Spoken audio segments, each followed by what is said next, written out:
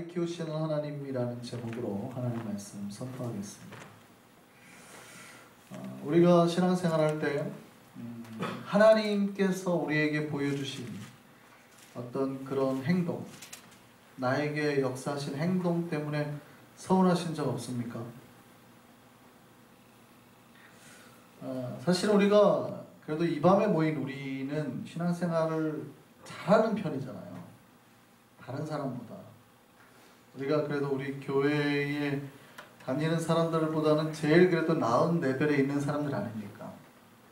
수요기도 나오죠. 새벽도 나오죠. 헌신도 하죠. 봉사도 하죠. 우리 얼마나 힘들게 사실은 신앙생활을 하고 있습니까? 또 우리의 삶도 사실 열심히 살아야 되고, 그죠? 바쁜데, 지치는데, 근데도 예배 꽉 참석하죠. 봉사하죠. 11조 하죠. 헌금하죠. 그러면 하나님이 좀 우리 많이 예뻐해 주시고 또 칭찬도 많이 해주시면 안 되나요? 근데 우리가 가끔 그럴 때가 있어요. 저도 그러기는 하는데 하나님 앞에 서운하는 게 있어요. 하나님이 잘 칭찬을 안 해준다라는 느낌이 들 때죠. 하나님이 잘 칭찬을 안 해줘요. 그러니까 사실 저도 좀 그런 편인데, 여러분이 이제 저를 한 벌써 6년째 보셨으니까 제가 웬만하면 칭찬을 잘 안 하잖아요. 제가 웬만하면은 잘 칭찬을 잘 안 합니다. 진짜 아주 잘했거나 별로 잘 안 해도 될 사람이 갑자기 잘한다 이러면은 칭찬을 하는데, 뭐 직분자가 잘하는 거에 대해서는 좀 당연하게 생각하는 편이죠. 제가 직분자들이 그렇게 하는 거에 대해서는, 그리고 그 직분자가 받을 복은 하나님이 주시는 거라고 저는 항상 생각을 하기 때문에 제가 웬만하면 잘 칭찬 안 하죠. 못 느끼시는 거예요. 제가 웬만하면 웬만큼 잘해가지고 제가 잘한다는 얘기를 잘 안 합니다. 애들이나 뭐 이럴 때는 잘한다 해주지만 진짜로 잘해서 잘한다 했겠어요. 격려하려고 하는 말이지. 그러니까 제가 웬만해가지고는 잘한다 하지 않습니다. 근데 사실은 하나님도 좀 그런 것 같아요. 사실 하나님이 좀 우리가 조금만 잘해도 잘한다 막 이러면 더 잘할 것 같은데, 그럴 때는 별로 말 안 하다가 우리가 내 신앙생활 잘하다가 어쩌다가 한번 실수하면 막 심판하시는 것 같거든요. 그럴까요 안 그럴까요? 우리 1년 내내 잘 믿다가 뭐 한번 실수하면 막 하나님이 화내는 것 같아요. 그럼 못 느끼셨어요? 여러분이 지금까지 잘 신앙생활하다가 갑자기 한 번만 저기 점집 가가지고 점 한번 보세요. 하나님 화낼까요? 안 할까요? 내시죠? 그럼 좀 이상한 거 아니에요? 아니, 하나님 어쩌다가 한번 볼 수도 있지. 지금까지 얼마나 잘했는데 그거 한 번 한 거 가지고 라고 말할 수 있을까요? 없을까요? 제가 극단적인 예로 점을 들었지만 실질적으로는 우리가 신앙생활 잘하다가 어쩌다 한번 실수 같은 거 할 때가 있거든요. 근데 그럴 때는 하나님이 굉장히 오히려 무섭게 우리를 심판하는 같은 느낌이 들 때가 있단 말이죠. 왜 그럴까요? 왜 이렇게 하나님은 칭찬을 인색하신 것 같고, 예? 왜 우리가 뭐 한 번이라도 잘못하면 막 이렇게 우리를 무섭게 몰아치는 걸까요? 사실 그거는 하나님과 우리의 특수한 관계 때문입니다. 관계. 사실 많은 신자들이 신앙생활을 잘못할 때 하나님하고 우리의 관계를 주종관계로 생각을 해요. 하나님은 주인이시고 우리는 노예고 종이고 이런 느낌, 되게 멀게 느낀단 말이에요. 물론 성경에도 주라 부르고 뭐 우리가 하나님의 종이라, 그런데 보통 사역자들이 하는 얘기고, 성도들은 보통 그렇게 표현하지 않죠. 특수한 관계예요. 우리가 신자들이 하나님을 너무 멀리 느끼는 게 많지, 하나님은 우리의 사장님이고 우리는 종업원이고 이런 느낌. 그러니까 우리가 한번 실수하면 너 왜 일을 이렇게 했어? 라는 식으로 받아들이는 경우가 있어요. 그렇게 돼버리면 이제 신앙이 굉장히 힘들죠. 근데 사실은 그런 주인과 노예의 관계가 아니라, 굉장히 여러분 그거 아세요? 하나님은 우리의 남편이고 우리가 하나님의 아내라는 거. 이런 말 들어보셨어요? 성경은 하나님 우리의 신랑이고 교회를 신부라고 그러잖아요.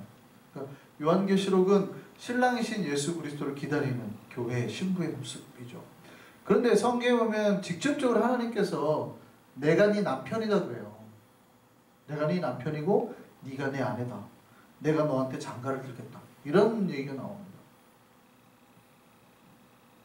내일 새벽에 볼 호세아 말씀인데요. 호세아서 2장 16절 말씀 볼까요? 하나님 뭐라고 말씀하는지 보세요. 여호와께서 이르시되 그날에 네가 나를 내 남편이라 일컫고 다시는 내 바알이라 일컫지 아니하리라. 그래서 바알이라는 말의 뜻은 사실은 그 신이라는 뜻이 아니고 바알이라는 뜻이 원래 주인이라는 뜻입니다. 나의 주인. 그러니까 나의 주인, 그러니까 나의 사장님 이런 개념이죠. 나의 주인. 그러니까 네가 이제 나를 주인이라 부르지 않고 나를 남편이라 부를 거다라고 말하는 얘기예요. 또 그 2장 19절 호세아서 2장 19절 말씀 볼까요? 하나님 뭐라고 하냐면 내가 네게 장가들어 영원히 살되 공의와 정의와 은총과 긍휼이 여김으로 네게 장가들며 이렇게 되어 있어요. 이 말을 제가 이제 표준세번역으로 두 개 다 바꿔볼게요. 그러면 이제 훨씬 쉬워져요. 자, 호세아서 2장 16절을 표준세번역으로 한번 보시죠. 그날에 너는 나를 나의 남편이라 부르고 다시는 나의 주인이라고 부르지 않을 것이다. 하나님이 이스라엘 백성들이 자기를 그렇게 부를 거라는 얘기죠. 그 밑에 호세아서 2장 19절 말씀 표준세번역으로 또 한번 보시죠. 그때 내가 너를 영원히 아내로 맞아들이고 너에게 정의와 공평으로 대하고 너에게 변함없는 사랑과 긍휼을 보여주고 너를 아내로 삼겠다. 이렇게 말하는 거예요. 하나님은 이스라엘 백성과의 관계를 뭘로 보시는 거예요? 남편과 아내의 관계로 보시는 거예요. 그런데 이스라엘 백성들은 뭐로 생각한대요? 주인님으로 생각하는 자꾸 주인님. 그러니까 우리는 종, 노예. 하나님은 아니라고요. 남편과 아내의 관계. 그러니까 남편과 아내의 관계이기 때문에 굉장히 특수한 그 관계가 형성이 되는 거예요. 여러분, 남편과 아내가 다른 사람을 만나고 왔어요. 그러는 거예요. 아, 나 한두 번밖에 안 만났어, 그 남자. 그 여자는 한두 번밖에 안 만났어. 앞으로 5번만 더 만날게. 아무 말도 하지 마. 그럼 여러분, 그래 그럴 거예요? 너무 조금 만났다. 10번은 만나야지. 그럴 거예요? 그럴 수가 없죠. 그러니까 그때는 너무 싫은 거야. 내가 지금까지 당신한테 얼마나 잘해줬는데 1년 360일 당신만 봤잖아. 당신 한 5번, 10번 정도는 참아줘야지 라고 말할 수 있어요, 없어요? 없는 거예요. 그게 굉장히 특수한 관계이기 때문에 그런 거예요, 사실은. 그러니까 이게 하나님이 우리에게 요구하시는 게 막 너무 그 나쁜 주인, 막 노예를 착취하는 그런 주인이라서가 아니라 굉장히 특수한 관계이기 때문에 그래요. 그러면 하나님이 배신감을 느껴버리니까 그런 거예요. 그러면 안 되지. 너 나한테 그러면 안 되지. 이런 거예요. 왜냐면 나는 네 남편이니까. 너는 내 아내니까. 그래서 하나님께서 이스라엘 백성이나 오늘날의 신자들이 하는 게 간섭처럼 보일 때가 있어요. 또는 하나님이 하시는 게 과격하게 보이기도 한단 말이죠. 그 이유는 하나님 우리를 가두려거나 관리하시려는 게 아니라 그게 우리를 사랑하시는 거예요. 사랑하시는 거예요. 사랑하시는 거예요. 왜냐하면 남편이니까. 또요, 성경에 나오는 하나님과 우리의 관계 두 번째는, 요거는 이제 많이 아시는데 아버지와 아들의 관계로 말하죠. 특별히 하나님은 아버지시고 우리는 당신의 자녀. 그래서 우리가 하나님을 아버지라고 부르잖아요. 그렇죠? 우리가 하나님을 아버지라고 부릅니다. 성경으로 우리는 하나님의 자녀라고 말합니다. 갈라디아서 4장 6절 말씀 한번 보시죠. 뭐라고 그러는지 보세요. 너희가 아들이므로 하나님이 그 아들의 영을 우리 마음 가운데 보내서, 여기서 말하는 그 아들이라는 것은 예수 그리스도의 영을 말하는 겁니다. 우리 마음 가운데 보내서 아빠, 아버지라 부르게 하셨습니다. 요한일서 3장 1절 말씀 보시죠. 보라, 아버지께서 어떠한 사랑을 우리에게 베푸사 우리를 뭘로 불러요? 하나님의 자녀라 일컬음 받게 하셨도다. 우리는 하나님의 자녀예요. 그래서 하나님이 좀 우리를 강하게 키우시는 거예요. 첫 번째는 부부간의 관계, 남녀간의 관계에서 봐서 사랑하기 때문에 굉장히 강하게 잘 칭찬을 안 하는 거고, 어쩌면 당연시 여기는 거고, 두 번째는 우리가 하나님과의 자녀의 관계이기 때문에 또 우리를 강하게 키우십니다. 그러니까 하나님의 자녀답게 키우시는 거예요. 아니 목사님 자기의 자녀라고 다 그렇게 누가 강하게 키우나요? 사랑스럽게 좀 어린 양도 받아주고 그렇게 좀 키우면 안 되나요? 근데 그렇지 못하는 이유가 있어요. 여러분, 조선시대 때 세자들이 받는 수업이 얼마나 엄격하고 무서운지 아세요? 왕들, 조선시대 왕들은 거의 이거는 뭐 진짜 최악의 직업입니다. 잠도 많이 못 자잖아요.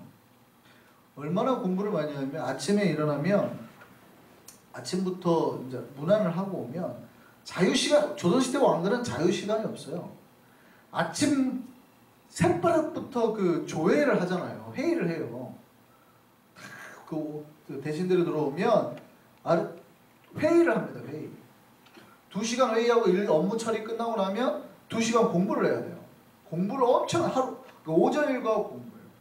오후에 또 하고 또 공부고, 저녁 시간에 또 해가지고 저녁 때 또 공부해요. 공부 끝나고 밤 8시쯤 이제 숙소로 돌아가시잖아요. 그러면 잠 못 자게 하려고 그때 상소문을 막 갖다 놓습니다. 잠자기 직전에 상소문을 막 이렇게 그때 보게 만들어요. 잠 못 자게 하면 상소문 이렇게 쌓아놓고. 조선시대 때 왕들은 자유가 없어요. 엄청 힘들게 살았습니다. 그러니까 일찍 죽잖아요. 거의 50 못 넘고 다 죽어버리잖아요. 그 이유가 있어요. 과도한 업무 스트레스. 그런데 세자들도 마찬가지입니다. 여러분, 조선시대 때 세자들이 뭐 우리가 보는 영화나 이런 데서 막 세자니까 막 마음대로 할 것 같으세요? 여러분, 조선시대 때 세자들은 공부할 때 책상도 안 줬습니다. 그냥 바닥에다 책을 놓고 봤어요. 무릎 꿇고. 왜 그런지 아세요?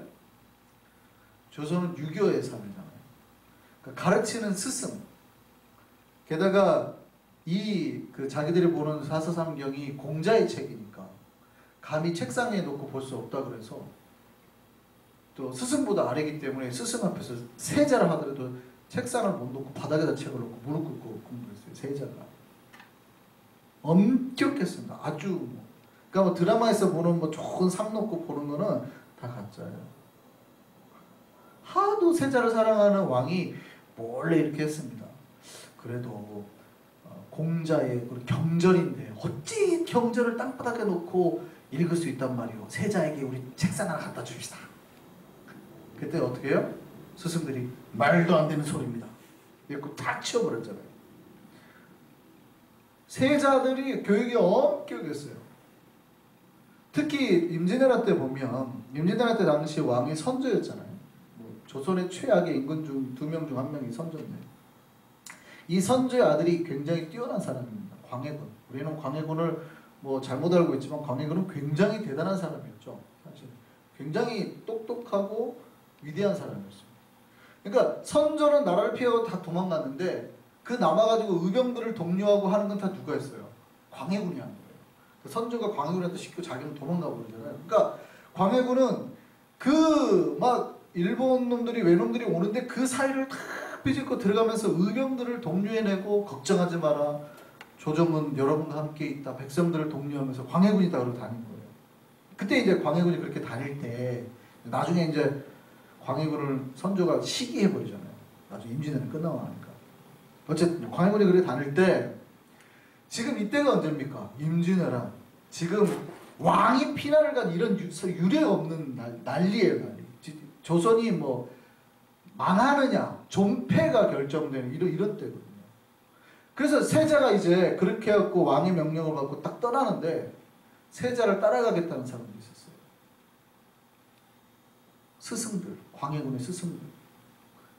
그 지금 왜 따라오시냐고 스승님들이. 그게 뭐라 그러는지 아세요? 세자 공부하셔야죠. 나가지고 다 난리 나고 지금 이 나라가 쓰러지는데 그러시면 안 돼요. 광해군을 쫓아다니면서 매일 공부를 시켜요. 매일 공부를 시켜요. 자기들도 도망가야 되는데 언제 일본 놈들한테 걸려 죽을지 모르는데, 세자 이러시면 안 돼요. 세자 이래갖고 왕 되시겠어요? 세자는 그러시면 안 돼요. 죽을 때 죽더라도 공부하셔야 돼요. 쫓아다니면서 공부했다는 거예요. 왜 그렇게 엄격하게 훈련을 시킬까요? 왕의 자식이, 왕이 될 사람이니까. 왕의 자손이기 때문에. 왕의 자손은 다르다 이 말이에요. 일반 평민들이라면 너무 그렇게까지 할 필요가 없어요. 하나님이 왜 신자들에게 때로는 이렇게 좀 엄격하게 하는 것 같을까요? 우리가 왕의 자녀이기 때문이에요. 우리는 그러죠. 아유, 하나님 그래도 좀 어린 양도 받아주시고 하나만 잘해도 잘해주고 칭찬해주면 하나만 잘못해도 이렇게 혼내고 왜 이러시는 거예요? 왜 이렇게? 그 이유는 하나님이 그들을 안 사랑해서도 아니고 그들의 한 행동이 진짜로 잘못해서가 아니에요. 진짜로 신자들이 잘못해서가 아니라 알죠. 연약한 것도 알고 다 알지만 그럼에도 누구로 키우고 싶으신 거예요? 하나님은 왕가예요. 왕세손. 그러니까 세자로 아니면 그 나라의 공주로 키우고 싶으신. 오늘 본문의 다윗이 그래요. 이 시편 142편은 다윗이 쓴 시입니다. 내용이요. 오늘 여러분 142편을 잘 읽어보세요. 내용이 정말 너무나도 구구절절.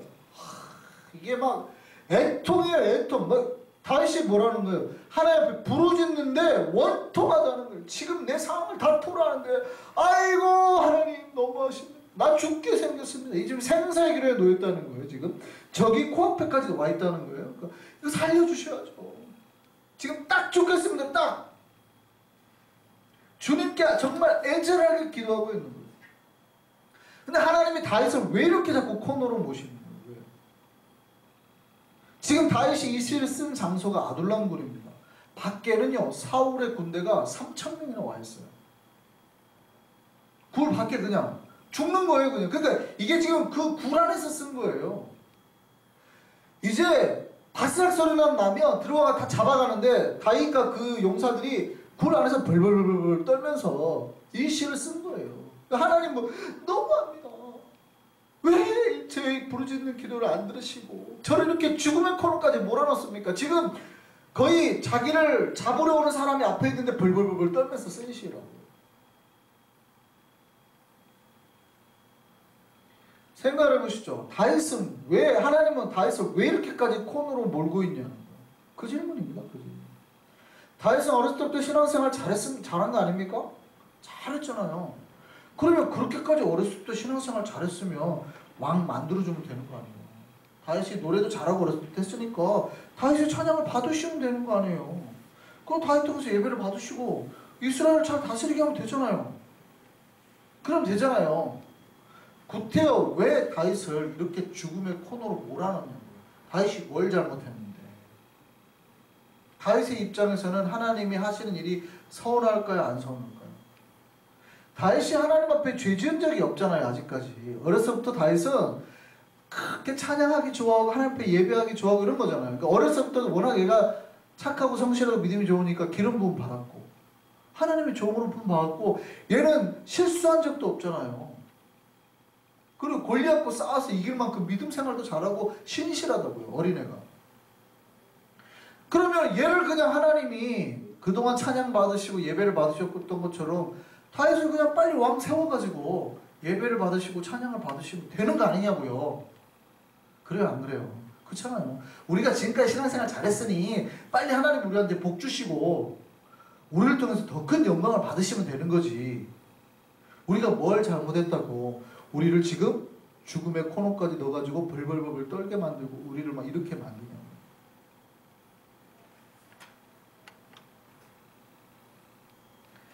그 이유는 하나님이 다윗을 사랑하시기 때문에. 다윗에게 하나님이 그냥 단순한 기도가 아닌 진짜 기도를 받기 원하십니다. 단순한 찬양이 아닌 진짜 배기 찬양을 듣기 원하시기 때문입니다. 다윗이 드리는 예배가 그냥 예배가 아니라 다윗과 함께 가장 진솔한 사람들이 모여서 드리는 그 예배를 받기 원하시기 때문입니다. 그러니까 다윗을 진짜 극도로 몰아넣음으로 다윗이 진짜 가장 깊은 곳에까지 그냥 바닥을 다 그러니까 그 극한 상황에서도 하나님이 과연 내 옆에 있었나? 하나님이 지금 코너로 몰아넣으십니다. 그걸 알게 하기 위해서. 마치 여러분 군대에 가면은 일반 병사들 방위들도 훈련이 힘들다고 그러죠. 군생활 힘들더라고요. 다. 특수부대만 힘든 게 아니라 해병대만 힘든 게 아니라 군대는 다 힘들어요. 방위도 힘들다고 그래요. 다 힘들어요. 근데 그 일반 힘들지만 일반 사병들의 훈련은 그렇게까지 힘들지는 않죠. 잠을 며칠씩 안 재운다거나 막 이런 건 없습니다. 그런데 특수부대 가면은요 3일이나 일주일씩 잠도 안 재워요. 잠을 재우면 계속 합니다. 왜 그러냐면 이 부대는 전방까지 들어가가지고 침투해야 되기 때문에 잠을 자면 안 되는 거예요. 그러니까 잠도 안 자고 며칠씩 구보를 해야 되는 훈련을 미리 해야 되니까 훈련할 때 애초에 막 며칠씩 잠도 안 재우고 밥을 하루에 한 끼, 막 밥도 안 줘요. 막 군인이라면 훈련을 그렇게 힘들게 하면 밥을 많이 줘야 될 텐데 밥도 안 줘요. 그러니까 생존 훈련을 막 시키는 거예요. 왜 그렇게 할까요? 그 사람들이 제대할 때까지 그런 일을 당할까요? 안 당할까요? 대부분 사람들은 그런 적진에 들어가본 적도 없겠죠. 실제 자기 때는 그런 일을 경험도 안 해봤겠죠. 그럼 구태여 그렇게까지 힘들게 할 필요가 있을까요? 없을까요? 있다는 얘기예요. 그런 극한의 고통을 겪어본 사람은 내가 이 정도에서도 살 수 있는 거구나. 아니면 내가 이렇게까지도 더 강해질 수 있구나. 내가 이 정도로는 해야 뭔가 일을 해낼 수 있고 자기 안에 있는 새로운 자기를 발견하는 거예요. 나는 이렇게 강한 존재구나 깨닫는 거죠. 어떤 적들과 싸워서 이길 수 있구나. 새로운 자기를 만나게 되는 거예요. 그러니까 이런 훈련을 한 번도 안 해본 사람이 나중에 나와 싸우는 것보다는 끊임없는 자기의 밑바닥을 경험해보고 죽음의 사투를 경험해본 사람을 딱 보내가지고 싸우는 거하고 이게 비결이 그 싸움이 될까요? 안 될까요? 여러분 예배를 드려도 진짜 하나님 앞에서 내 바닥까지 다 긁음을 당하고 완전 생존 속에서 하나님을 붙잡은 사람이 드리는 예배와 지금까지 내가 신앙생활 잘했고 어렸을 때부터 부모님이 다 믿음이 있었고 나도 어렸을 때 못된 신앙이고 잘 해가지고 아무 무탈해가 없이 해가지고 하나님 앞에 예배를 드린 사람과 그 예배가 같을까요? 다를까요? 달라요. 저는 모태신앙이 아닌 굉장히 늦게 믿었잖아요. 제가 열심을 내고 고등학교 때랑 대학교 때랑 그렇게 열심을 내고 보면 이렇게 제가 합창단 하고 이렇게 보면 어렸을 때부터 목회자 자녀고 아니면 모태신앙인 신자들을 많이 봅니다.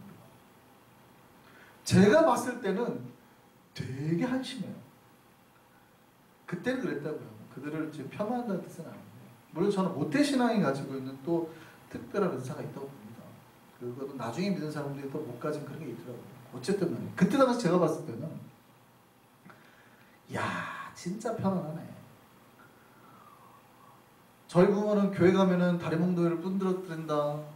막 이게 숨어서 신앙생활하고 막 주기도문 외울 때도 막 몰래 성경책 가서 어떻게 안 들키고 예배를 드리나. 막 그 애절함 가운데 했는데 여기는 부모가 교회를 가라 해도 안 가네. 그러니 그런 애들이 이렇게 합창단에 들어와가지고 신앙생활 보면 웃기는 거예요. 제가 보기에는 저렇게 해가지고 뭘 하나님을 기쁘게 해도 애들이 때 되면 와서 연습도 지각하고 찬양도 알아서 대충 하고 저렇게 하고 하나님이 기뻐할까? 그러면 너 왜 하냐? 뭐 이런 질문이 저는 나오는 거예요. 속에서 웃기게 신앙생활하네. 믿으려면 믿고 말라면 말지. 얼마나 애절한데 무슨 얘기인지 아시겠어요? 하나님이 때로는 우리를 한계까지 밀어넣는 거예요. 우리가 잘못해서 그런 게 아니라 하나만 잘못해도 막 계속 우리를 닥달하고 우리가 뭐 조금만 실수해도 계속 하는 이유는 뭐냐면 우리를 바닥까지 보게 하시는 거예요. 바닥까지. 더 강하게 하나님 신자들을 강하게 키우시는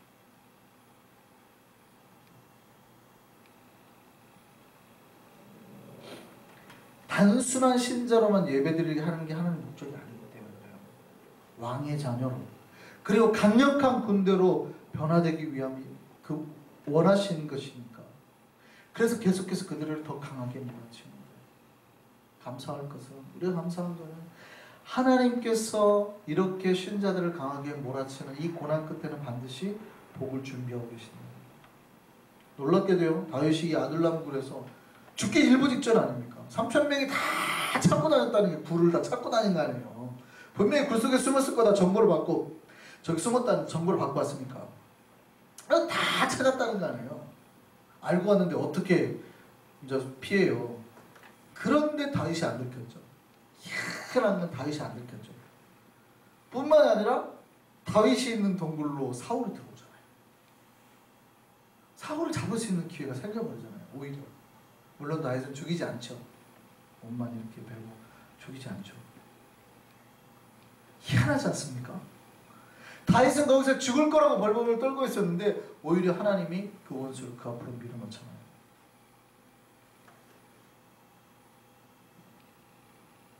여러분,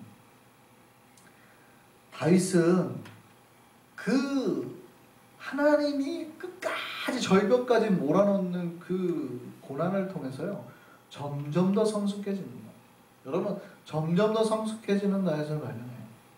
여러분, 다윗의 그 재위 기간에 나라가 그렇게 평탄했다. 지금도 유대인들은 다윗의 별을 그리고 다윗이 통치하던 그 시대를 꿈꾸잖아요. 유대인들. 다윗의 시대 나라를 꿈꿉니다. 왜 그렇게 다윗이 위대한 왕이 되고 위대한 통치세를 보였을까요? 다윗은 하나님의 그 훈련을 끝까지 봅니다. 그 고난의 시절. 그게 없었다면 성군 다윗은 없었을 겁니다. 왕까지 올라갔을 수는 있어요. 그럴 수는 있어요. 그런데 아마 쉽게 변절하고 여타의 11개 나오는 다른 왕들처럼 쉽게 변절하고 어쩌면 중간에 하나님을 배신하고 돌아섰을 수도 있습니다. 그런 밑바닥이나 끝까지 하나님을, 이 죽음의 상황에서도 하나님을 섬기고 놓지 않고 이 훈련을 해보지 않으면 다른 즐거운 쾌락들이 몰려오고, 왕권이잖아요. 자기가 할 수 있는 거를 다 할 수 있는 세상이거든요. 여자를 뭐 수천 명이고 수백 명이고 내가 둘 수 있는 만큼 다 둘 수 있고, 뺏을 수 있는 만큼 뺏고, 돈이라는 걸 다 가져오고, 내가 삶을 짓고 싶은 만큼 지을 수 있단 말이에요. 그런 권력이 있어요. 그럼 어떻게 할까요? 그거 안 하고 딱 양보하고 이렇게 살 수 있어요? 다윗이 왜 그렇게 성군으로 살 수 있었을까요? 단순히 왕이어서가 아니라 하나님의 그 훈련 때문이었어요. 재미있는 상상을 한번 해보시죠. 우리 교인들을 한번 생각해보세요. 우리 교인들이 하나님 왜 복을 안 주십니까? 그렇게 기도하는 교인들이라고 생각해보시죠. 우리 교인들이 왕이 됐습니다. 근데 그 왕은 모든 걸 할 수 있습니다. 돈은 다 가질 수 있습니다. 그러면 그 왕이 백성들을 위해서 자기가 가지고 있는 것들을 다 나눠서 백성들을 위해서, 세종대왕이 그 위대한 왕이라고 칭송받는 이유가, 이분은 독소 왕이었다고 그래요. 굉장히 눈이 나빴다고 그래요. 그래서 태종 이방원이 그렇게 세종을 확 혼냈대요. 책 좀 보지 말라고. 그 책을 다 뺏어갔다는 거예요. 그 몰래 하나를 뺏어가지고 이불을 뒤집어 쓰고 책을 봤대요. 눈이 더 나빠졌죠. 거의 눈이 안 보였다고 그래요. 눈이 더 나빠진 거예요. 그 100번을 봤다는 그 책을. 그러니까 이 사람은 맨날 백성들만 생각하는 거예요. 세종대왕. 물론 세종대왕은 소고기를 그렇게 좋아했다는 좀 뚱뚱해요. 맨날 소고기 없으면 밥을 안 먹었대요. 근데 세종대왕은 장영실도 그렇고 계속 공무원들을 닥달하는 거죠.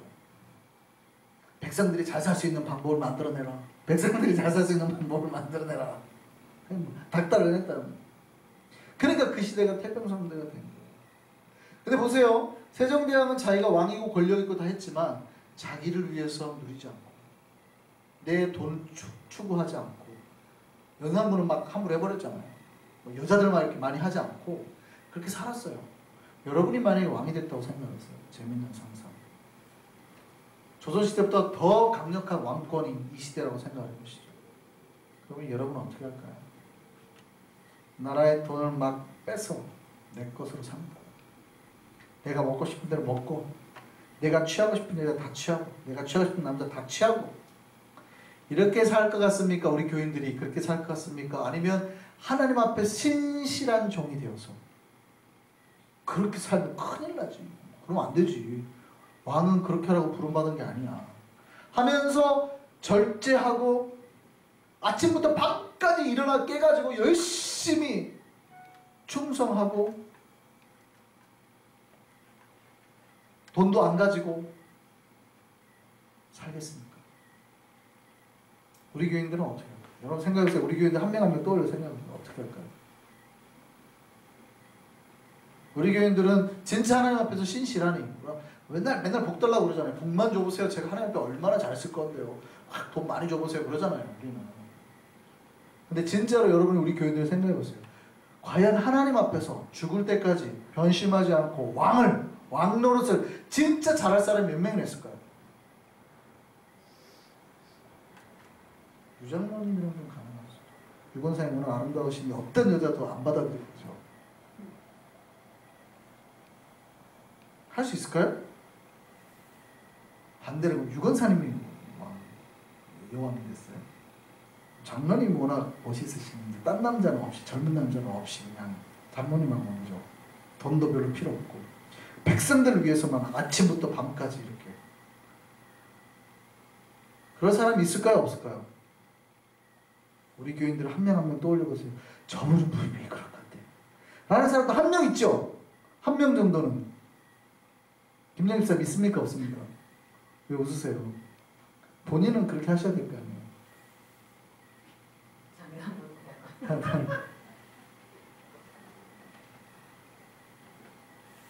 이거예요. 이게. 하나님, 여러분 다윗을 왜 위대하다고 그럽니까? 물론 다윗이 밧세바 실수했지만 다윗은 치세 끝날 때까지 하나님 앞에 예배하고 찬양하고 이 백성들이 하나님을 바르게 섬기게 하는데 한 번도 제대로, 그러니까 밧세바 사건 말고는 성경에서 다윗이 별로 실수했다는 건 없어요. 물론 인구 개수한 것도 있지만, 그 잘못한 것도 있지만, 그의 일생토로 하나님 앞에서 별로 실수한 게 없어요. 왜 하나님이 다윗을 그렇게 젊어서의 10년 동안 20살에서 30살 될 때까지 가장 황금기 같은 때를 그렇게 코너로 막 죽음으로 몰아넣어서 방랑생활하게 하는지 아시겠어요? 다윗을 그냥 왕으로 세울 수 있죠. 원래는 다윗이 그냥 왕이 될 수도 있어요. 근데 하나님 그렇게 하지 않으십니다. 다윗이 뭐 죄가 있어서 그런 게 아니에요. 다윗이 뭐 하나님 앞에서 잘못을 해서 그런 게 아니라고요.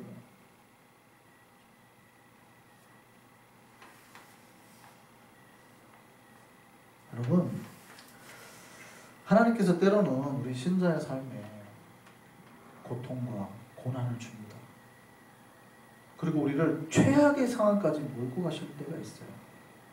그거는 하나님이 너무 인색하거나 하나님이 너무 고약하거나 하나님 우리를 안 사랑해서가 아니라 우리를 너무 사랑하기 때문이고 우리를 너무 아끼시고 우리를 진짜 왕세자처럼 키우고 싶기 때문입니다. 그래서 하나님은 당신의 백성들에게 특별히 잘하는 사람, 특히 신앙이 있는 사람들에게는 좀 더 강하게 하십니다. 일반 그냥 놀고 뭐로 되는 사람들 있잖아요. 그럼 세자처럼 훈련 안 하죠. 놀아도 돼요. 아니면 뭐 무슨 군들 물론 그들도 엄격하게 하지만 논다고 싶으면 그냥 좀 돈만 많이 줘서 놀게 하죠. 그러나 진짜 하나님의 자손으로서의 사역을 하기를 원할 때는 그렇게 못 키우는 거예요. 강하게.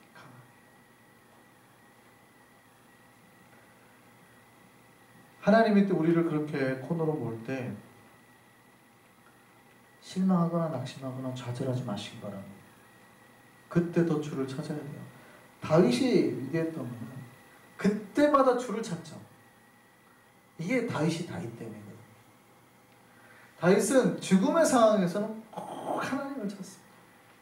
막 미쳐가지고 정신이 나갈 것 같은 상황이 막 아비멜렉 앞에서 막 미친 척하고 나왔을 때도 하나님 앞에 이 시를 쓰잖아요.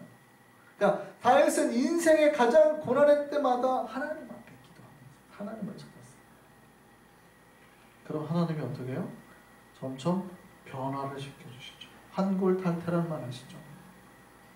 뼈나 그 모든 것까지 완전히 뒤바뀌어서 새로운 존재가 됩니다.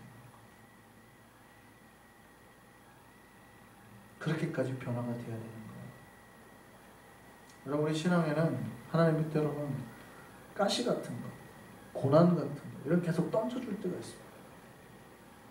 그 이유는 긴장감을 놓지 말라고, 그걸 가지고 훈련하라 주시는 거예요. 오히려 어떤 효심이 두터운 아들이 있었습니다. 아버지를 위해서 사랑채를 하나 지어줬어요. 아들이 집을 지어주니까, 그 사랑채를 하나 만들어주니까 아버지가 그냥 만족해서 그 방에 들어갔는데, 누워왔는데요. 대들보에 금이가 있는 거예요. 뭐 무너지진 않겠지만 보기가 영 안 좋은 거예요. 아유, 야, 그 대들보에 금이 같다. 그러니까 아들이 보니까 별거 아니거든요. 그냥 생나무가 마르면서 금이 간 거예요. 아버지 신경 안 쓰셔도 돼요. 옛날에 시골집 가면 그런 많잖아요. 제가 옛날에 시골집 우리 보면 그 가운데 있는 뭐 그런 것들에 금이 쭉쭉 약간 나무가 쪼개져 있잖아요. 별거 아니고요. 아버지가 볼 때마다 이게 신경 쓰여요. 계속 신경 쓰시는 거예요. 몇 년을. 참 금이 같다. 아무것도 못하고 계속 신경 쓰시는 거예요. 연세 드시는 거예요. 고령으로. 아무래도 아들이 그게 보기가 싫었어요. 그래서 아버지 잠깐 여행 가시라고 보내고 난 다음에 그 사이에 와가지고 대들보를 싹 밟고 왔습니다. 깨끗하게. 딱 돌아온 아버지가 그걸 딱 보더니, 이렇게 딱 보더니 밖에 있거든요. 그 다음에 돌아가셨다. 마음속에 근심거리가 없고 관심이 없어요. 아무것도 뭐 신경 쓸 게 없어져 버린 거예요. 갑자기. 연세든 노인네가 맨날 저걸 보고 아이고 이렇게 하고 살았는데 갑자기 뭔가 신경 쓸 거리가 확 사라져 버려요. 그 다음에 돌아가셨어요.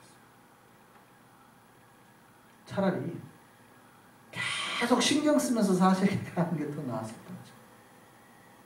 여러분, 우리의 삶에 어쩌면 하나님이 뭔가 긴장의 끈을 주기 위해서 우리를 힘들게 하는 뭔가 있어요.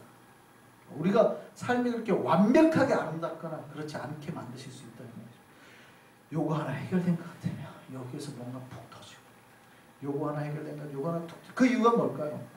긴장감 놓치지 말고 주를 찾으라. 끊임없이 주를 찾으라. 주님께 찾고 찾아서 그 긴장감의 끈을 놓치지 말라고 주십니다. 우리의 삶에 하나님이 때로는 고난과 여러 문제들을 통해서 우리를 강하게 키우시려는 그 의도가 깨달아지기를 소망합니다. 우리를 완벽하게 사랑하시기 때문에, 그리고 우리를 더 누구보다 더 멋지게 변화시키기 위함이에요. 그 하나님의 사랑과 섭리 속의 사랑 우리가 됐으면 좋겠습니다. 더 사랑하고 더 훈련받고, 그러므로 지금보다 더 멋지게 변화되는 우리가 되었으면 좋겠습니다.